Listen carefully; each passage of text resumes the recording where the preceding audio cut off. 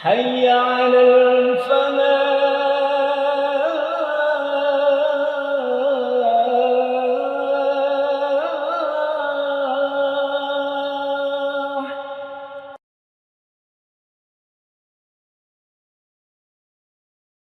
Assalamualaikum warahmatullahi wabarakatuh.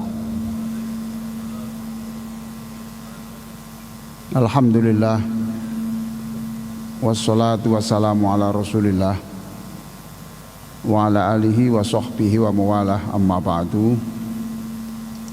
Jamaah Masjid Al-Falah Surabaya, baik yang di dalam masjid ataupun yang mengikuti kajian maghrib ini melalui jaringan yang sangat saya hormati. Baru saja kita sholat maghrib dan imam kita membaca ayat yang berkisah tentang Isa alaihi salam. Ya. Isa alaihi salam, bayi yang masih merah, ya. Bayi yang masih merah sudah bisa berkata yang sangat jelas, difahami semua orang, bahwa aku ini seorang nabi. Itu aku diperintahkan untuk mengajarkan sholat, mengajarkan zakat. Nah, itu.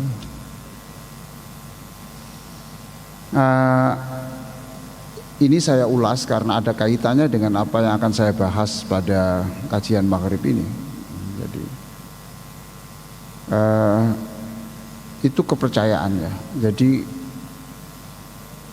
kalau manusia itu berbicara sebab dan akibat, ya, ada kausalitas itu. Kalau Allah berkehendak itu bisa melakukan sesuatu tanpa ada sebab dan akibat. Mamanya kalau saya haus, ya saya minum, saya segar, nah itu sebab akibat.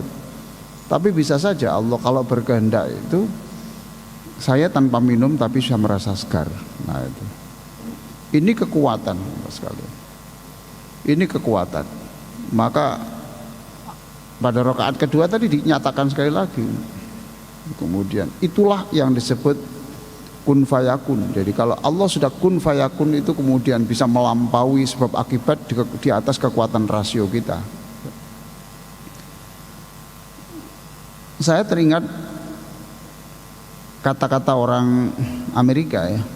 Dia mengatakan faith is a sounder guide than reason.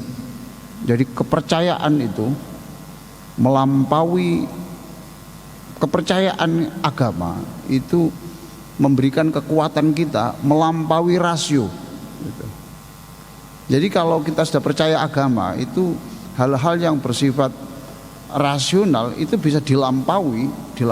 Makanya di sini dikatakan reason can go only so far. Kekuatan otak itu ya hanya sampai di situlah gitu. But faith has no limit. Tetapi kekuatan kepercayaan itu tidak ada batas, melampaui itu. No limits, tidak ada batas. Nah sekarang malam hari ini saya memilih topik sungguh nikmat mengulang-ulang qul huwallahu ahad dalam sholat.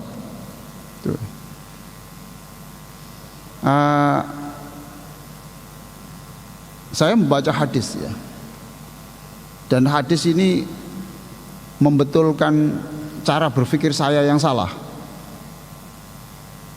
Cara berpikir saya yang salah selama ini, gitu ya. Selalu saya katakan, ya sholat ya jangan hanya qul huwallahu ahad, gitu ya.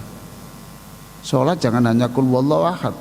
Lah kalau hanya qul huwallahu ahad, untuk apa ayat-ayat yang lain yang diturunkan Allah itu? Itu pikiran-pikiran saya, harus berganti-ganti gitu. Ya jangankan orang sekelas saya, Bapak Ibu sekalian, Abdullah bin Abbas saja pernah merasa salah juga ya. Itu kan ahli tafsir yang paling top ya, zaman Nabi ya. Karena sejak kecil memang sudah diajari Nabi, sejak anak usia SD itu sudah diajari Nabi, dan Nabi pernah mendoakan dia ahli di bidang agama, khususnya Quran. Itu dia pernah mengatakan, saya harus meralat cara hidup saya setelah saya membaca Quran. Apa itu? Dia mengatakan, selama ini saya sering berbicara, kalau rumah tangga itu ingin bahagia, maka seorang istri itu harus berhias yang baik, yang tampil menarik bagi pria, gitu, bagi laki-laki. Itu pikiran bertahun-tahun begitu. Jadi wanita harus tampil yang sebaik-baiknya sehingga laki-laki kerasan di rumah, gitu. Bertahun-tahun begitu. Tapi ketika dia membaca surat walahunna mithlul ladzi alaihinna, gitu. Ketika membaca surat ada walahunna mithlul ladzi alaihinna. Loh, perempuan juga punya hak yang sama loh ya. Perempuan juga punya hak yang sama, harus bisa melihat suaminya itu tampil yang menyenangkan supaya aku kerasan di rumah, gitu. Coba diterangkan di dalam buku Min Akhta'il Azwaj, Ibnu Abbas kemudian mengatakan, mulai hari ini saya meralat cara hidup saya. Saya sekarang tidak hanya menyuruh istri tampil menarik, tetapi seorang suami di rumah juga harus tampil yang sama, yang menarik. Loh, coba begitu ya. Alhamdulillah. Nah, ada hadis, bapak-bapak dan ibu sekalian yang sangat saya hormati ya. An Abi Sa'id Al-Khudri. Abu Sa'id Al-Khudri mengatakan, anna rajulan sami'a rajulan yaqra'u qul wallahu ahad yuraddiduha. Dia bercerita ada seorang laki-laki pada zaman Nabi yang mendengarkan orang membaca qul wallahu ahad diulang-ulang dalam sholatnya. Falamma asbaha ja'a ila Nabi sallallahu alaihi wasallam. Esok harinya orang ini ja'a ila Rasulillah, menghadap Rasulullah. Fadzakara dzalika lahu wa kana rajulu yataqalluha. Orang ini menghadap Nabi dan menceritakan apa yang dirasa unik orang ini, gitu. Bahkan yataqalluha, orang ini memandang salah, memandang rendah orang yang membaca qul wallahu ahad berkali-kali dalam sholatnya itu. Faqala Rasulullah sallallahu alaihi wasallam. Apa jawab Nabi? Walladzi nafsi biyadi, demi Allah yang menguasai jiwa raga saya, innaha la ta'tilu thulutsal Qur'an. Dalam bahasa yang lain Nabi mengatakan, jangan kamu meremehkan dia lah, gitu. Kamu tahu enggak bahwa qul wallahu ahad itu nilainya sama dengan sepertiga Al-Qur'an. Sepertiga Al-Qur'an. Kan ini Rasulullah seperti tahu nada orang, nadanya bicara kok ini seperti, kenapa kok hanya qul wallahu ahad gitu. Itu ditegur oleh Nabi. Loh, jangan diremehkan. Kamu tahu enggak kalau qul wallahu ahad Allahus samad lam yalid wa lam yulad wa lam yakul lahu kufuwan ahad itu nilainya sepertiga Al-Qur'an gitu. Lah kalau dia membaca satu kali kan sama dengan pahalanya ya, pahalanya. Tapi bukan kemuliaannya ya. Bagaimanapun lebih mulia kalau orang itu membaca 10 juz ya, tapi nilainya sama. Innaha la ta'dilu thulutsal Qur'an. Itu setara dengan membaca sepertiga Al-Qur'an. Sepertiga Al-Qur'an kan berarti 10 juz toh? 10 juz. Itu peristiwa satu ya. Nah, ada lagi. Ini ada lagi hadis diceritakan oleh Aisyah. An Aisyah radhiyallahu anha anna Rasulullah sallallahu alaihi wasallam ba'atha rajulan ala sariyah. Aisyah bercerita Nabi pernah menyuruh orang memimpin satu pasukan. Fakana yaqra'u li ashabihi fi salatihim qul wallahu ahad. Nah, orang yang ditunjuk memimpin pasukan ini di dalam setiap sholatnya jadi imam, ini membaca qul wallahu ahad berkali-kali. Sudah, kalau namanya dalam suasana perang ya sudah diikuti sajalah imam ini, diikuti aja. Ketika sudah kembali, falamma raja'u dzakaru dzalika lin-nabi sallallahu alaihi wasallam. Ketika orang ini kembali perang, mereka ini berduyun-duyun datang kepada Nabi melaporkan, ini orang yang kamu utus memimpin saya itu selalu membaca qul wallahu ahad. Faqala, Nabi bertanya, saluhu li ayyi syai'in sana'a hadza. Coba kamu tanya, kenapa dia melakukan itu? Tanya, gitu. Klarifikasi. Kenapa? Apa dia tidak hafal atau dia alasan yang lain? Tanya dia. Fasalu, saluhu li ayyi syai'in sana'a hadza. Fasalu, maka kemudian mereka mencari pimpinan pasukan itu dan ditanya, mengapa engkau melakukan itu? Dia menjawab, ana uhibbu an aqra'aha. Jawabnya, saya senang membaca itu. Alasannya, ya pokoknya saya senang membaca itu. Faqala Rasulullah sallallahu alaihi wasallam, Rasulullah sallallahu alaihi wasallam kemudian mengatakan, apa jawabnya? Akhbiruhu bi annallaha yuhibbu. Akhbiruhu annallaha yuhibbu. Sampaikan salam saya kepada dia, beritahu karena orang itu senang kepada qul wallahu ahad, beritahukan bahwa Allah senang kepada orang itu karena orang itu senang kepada qul wallahu ahad. Sejak membaca ini saya tidak pernah mempersoalkan. Imam di kampung saya qul wallahu ahad terus tidak apa-apa. Dulu saya ganti, Pak, supaya tidak itu terus itu. Sejak baca ini saya tidak berani mengatakan itu. Jangan-jangan saya tidak suka, tetapi Allah menyukai karena orang itu suka dengan qul wallahu ahad. Wallahu a'lam. Nah, Bapak Ibu sekalian yang sangat saya hormati, di situ ada kata-kata qul huwallahu ahad. Qul, katakan. Nah, siapa yang disuruh mengatakan? Rasulullah. Yang menyuruh Allah. Qul itu apa artinya? Qul apa artinya? Katakan, ya Pak ya, katakan. Ini sebenarnya satu, kata qul itu menjelaskan bahwa Nabi tidak boleh menyimpan wahyu, itu tidak boleh. Segera sampaikan. Abu Hurairah pernah mengatakan, andaikan saya itu tidak diperintahkan menyampaikan ilmu, tidak punya kewajiban menyampaikan ilmu, saya tidak mau ceramah itu. Saya tidak mau ceramah. Tapi karena saya ini diperintahkan, ilmu yang ada pada saya itu diperintahkan untuk menyampaikan, ya saya sampaikan. Andaikan tidak ada perintah itu saya tidak mau.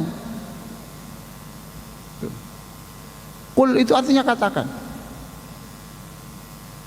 Yang kedua, kata qul katakan itu berarti kita harus menjadi orang yang ekspresif. Ekspresif itu ya ngomong lah gitu, ngomong, jangan hanya dipendam gitu, jangan dipendam. Pak, namanya siapa Pak? Namanya siapa? Fahmi. Bapak cinta sama istri? Cinta? Ucapkan Pak, kul. Ya Pak ya. Pagi diucapkan I love you. Ya. Sorry, I love you. Siapa tahu Pak, kata-kata itu yang ditunggu selama ini. Kata-kata itu yang ditunggu selama ini. Ekspresi. Lah Rasulullah itu ngajari begitu. Kalau bertemu dengan orang Rasulullah dan senang orang itu, wallahi ana uhibbuk, demi Allah saya senang kamu itu. Diucapkan Pak, diucapkan.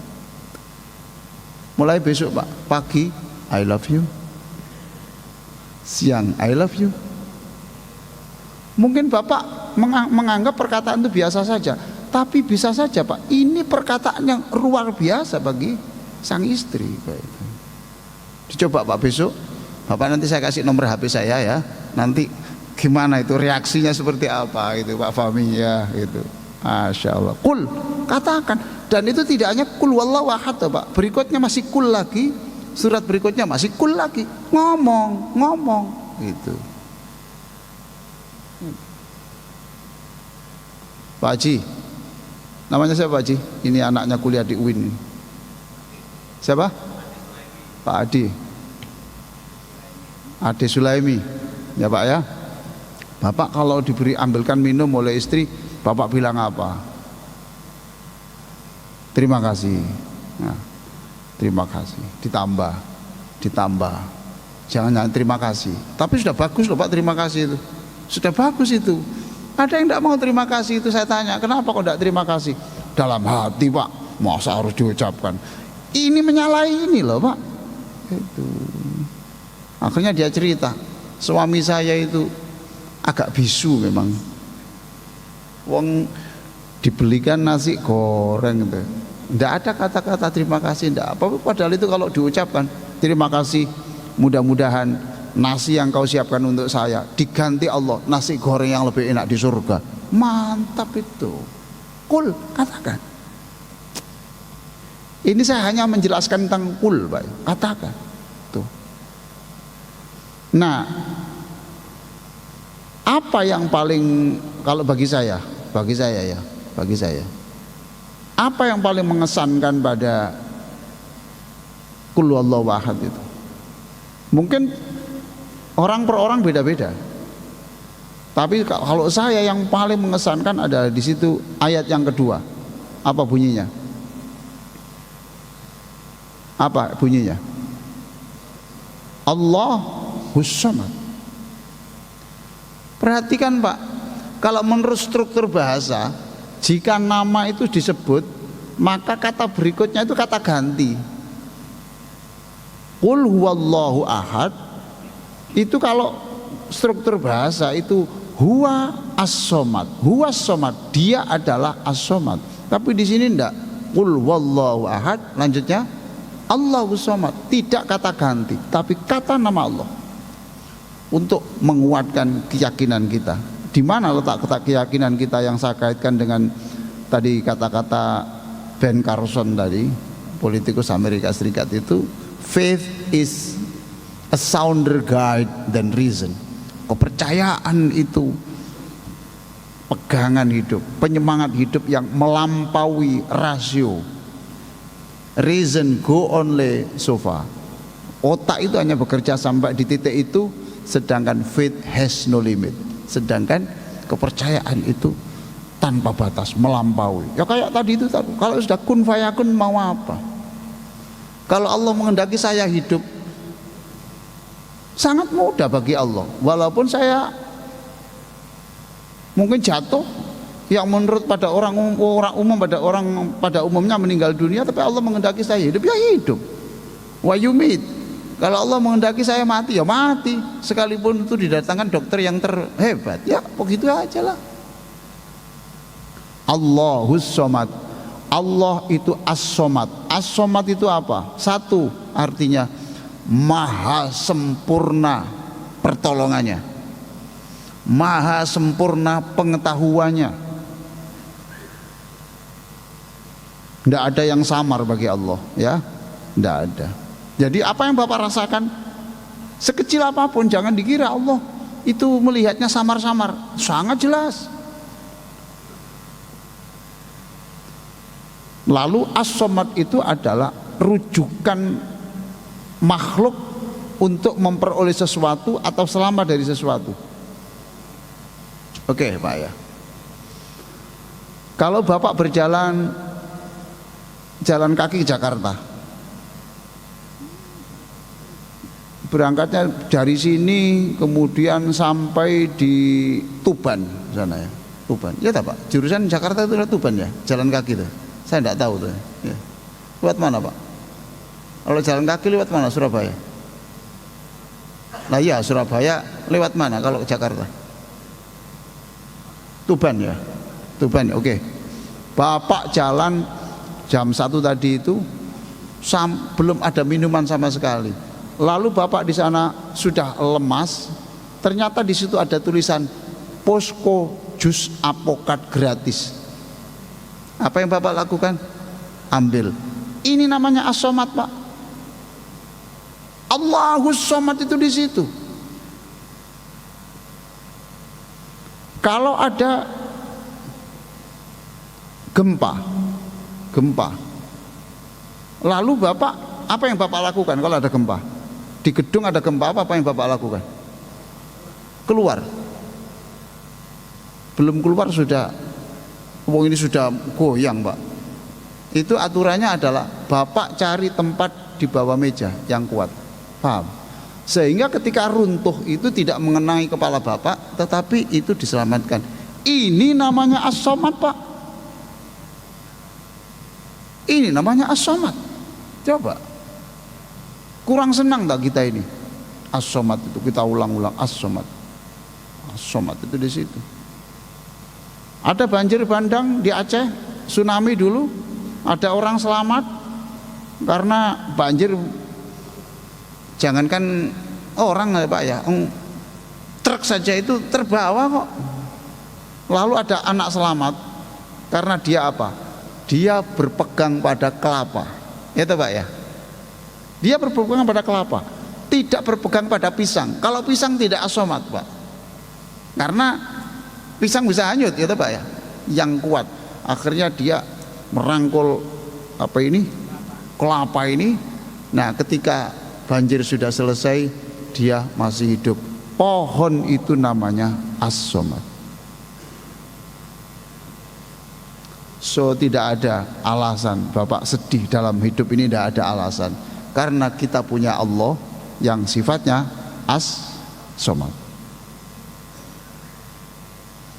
Bapak jatuh kecelakaan, di situ darah mau habis, nggak ada yang nolong. Ternyata ada ambulan datang membawa peralatan dokter yang lengkap, kemudian mengambil Bapak. Itu namanya as-somad. Apa Bapak kurang senang menerima informasi seperti ini? Nah, bisa saja orang yang didengarkan oleh pasukan tadi itu, kenapa kok mengulang-ulang itu, bisa saja yang diulang-ulang itu karena tertariknya pada kata-kata as-somad, Allahus somad, Allahus somad. Bisa saja tertarik pada keunggulan ayat ini, yang satu surat ini sama dengan sepertiga Al-Quran. Wallahu a'lam. Di situ dalam hadis tidak banyak penjelasan. Tapi kalau bagi saya, bukan hanya pahalanya, tetapi bagi saya adalah di situ ada as-somad. Bapak dianjurkan cangkok ginjal. Tidak ada orang-orang yang cocok. Tiba-tiba ada orang datang mengatakan, saya donorkan ginjal saya, dan ternyata cocok. Ya, ini as-somad. Nah gitu Pak. Qul wallahu ahad, Allahus somad. Luar biasa ini. Nah, memang as-somad ini tidak terlalu sering disebut ya, dibanding dengan ya Rahman, ya tahu Pak ya, ya Rahim, ya tahu Pak ya, betul dah. Kalau ya Rahman ya Rahim kan sering ya. Wahai Allah Maha Pengasih itu sering. Yang sering lagi itu ya Razzaq.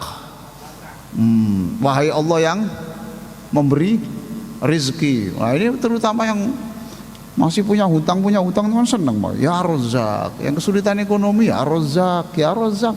Tapi jarang membaca As-Samad. Allahus Samad.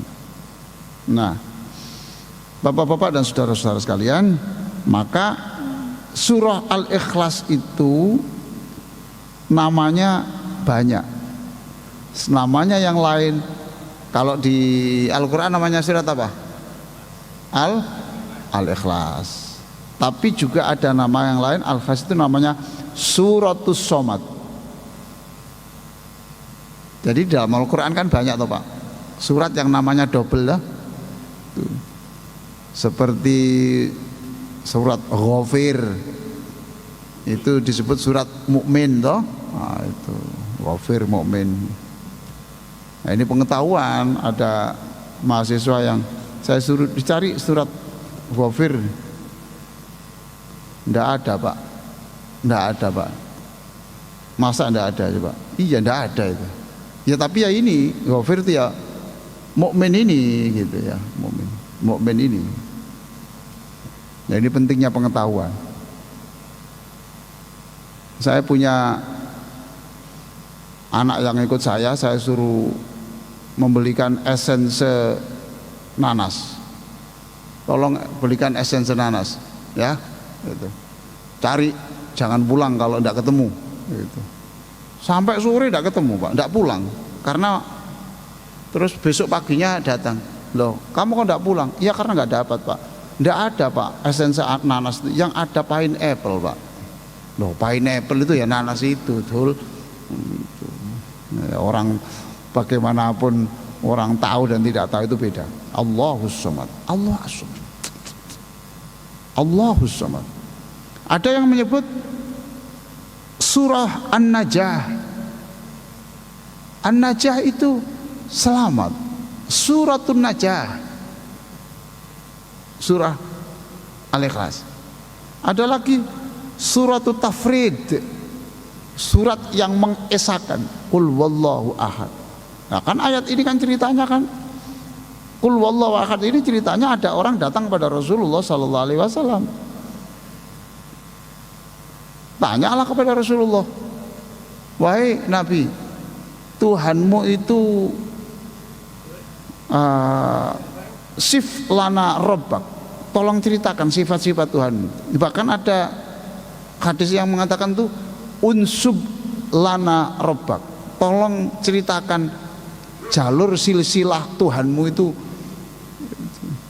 ini anaknya siapa, kakeknya siapa, ini. Lalu turun ayat ini, Qul wallahu ahad, katakan Allah itu satu, Allahus Samad, Allah tempat bergantung manusia. Rujukan seluruh persoalan manusia itu ya pada Allah. Lah itu namanya As-Samad. Kalau dalam bahasa Inggrisnya eternal refuge. Eternal refuge itu artinya tempat perlindungan yang abadi. Eternal refuge. Lam yalid walam yulad. Allah tempat bergantung, dan Allah tidak bergantung kepada siapapun. Lam yalid, Allah tidak melahirkan, dan Allah tidak dilahirkan. Jawab, tolong jelaskan saya silsilahnya Tuhanmu. Sif unsub lana robbak. Tolong jelaskan nasab Tuhanmu. Turunlah ayat ini. Lam yalid walam yulad walam yakul lahu kufuwan ahad. Nah, Bapak Ibu sekalian yang sangat saya muliakan ya, saya ingin menjelaskan yang hadis-hadis yang serupa itu banyak, tetapi saya ingin menyampaikan hadis yang diceritakan oleh Buraidah. An Buraidah radhiyallahu anhu qala sami'an nabiyyu sallallahu alaihi wasallam rajulan yaqul. Ini Aisyah bercerita, Nabi pernah mendengarkan orang berdoa yang doanya itu unik ya. Berarti orang ini punya kreasi sendiri dalam berdoa. Doanya begini, Pak ya. Allahumma inni as'aluka bi anni asyhadu antallahu la ilaha illa anta al-ahadus somad lam yalid walam yulad walam yakul lahu kufuwan ahad. Ya. Ini doanya orang itu. Orang ini doanya kok bagus ya, itu kata Nabi itu. Allahumma inni as'aluka, ya Allah saya minta kepadamu karena aku bersaksi hanya Engkau Tuhanku, yang Engkau itu satu, Engkau itu as-somad. Berarti kan Engkau itu as-somad. Apa artinya as-somad tadi itu? As-somad tadi artinya apa, Pak? Tempat rujukan meminta sesuatu atau minta perlindungan sesuatu.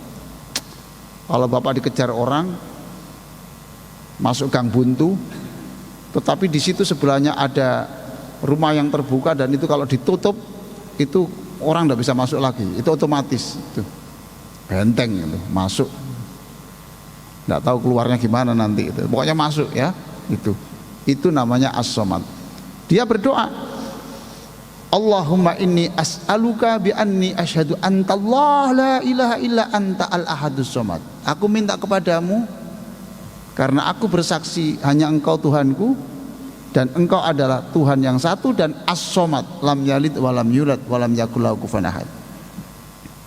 Faqala, Rasulullah berkomentar, laqad sa'alallaha bismihilladzi idza su'ila bihi a'ta. Orang ini hebat, bagus orang ini doanya. Dengan doa yang seperti itu, maka apa yang diminta orang itu akan dipenuhi, dan ketika dia memanggil nama Allah, Allah menjawabnya. Alladzi idza su'ila bihi a'ta wa idza du'iya bihi ajaba. Rawahu Abu Dawud, Tirmidzi, An-Nasa'i wa Ibnu Majah.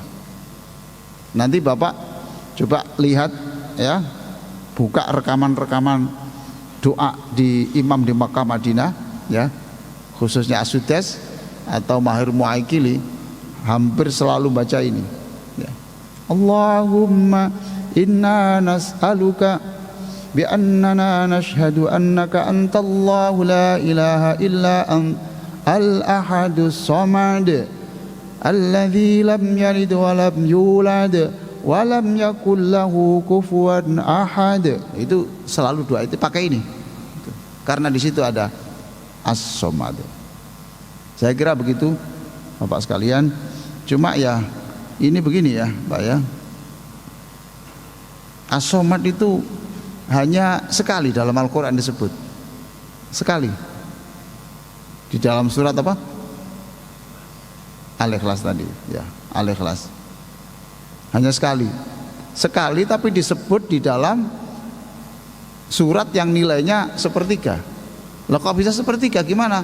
Begini logikanya ya Pak ya, Quran itu berisi 3 hal. Satu, bicara hukum-hukum Allah, itu isinya sepertiga. Yang kedua, bicara tentang perintah dan larangan. Kalau engkau melakukan ini dapat bonus ini, kalau engkau melanggar ini dapat sanksi ini. Dan yang ketiga, berisi nama Allah dan sifat-sifat Allah, dan itu ada lengkap pada Al-Ikhlas. Berarti sepertiga. Saya kira begitu Bapak Ibu sekalian. Silakan kalau ada pertanyaan-pertanyaan, silakan.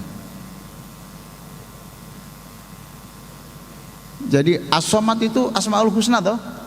Ya toh Pak? Betul. As-Somad itu Asmaul Husna apa enggak?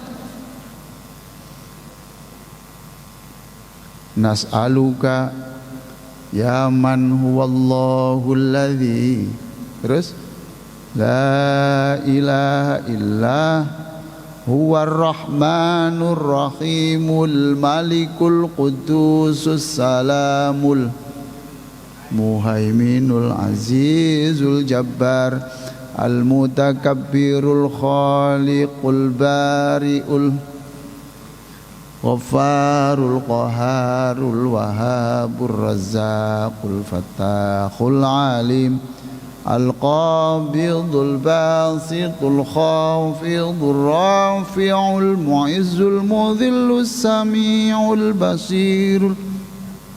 Terusnya ya. Jadi itu ada di bawah nanti itu As-Somad ya. Baik, silakan ada pertanyaan. Oh, habis. Maaf, saya tidak lihat jam sehingga tidak ada waktu untuk diskusi. Mohon maaf, mudah-mudahan manfaat. Wassalamualaikum warahmatullahi wabarakatuh.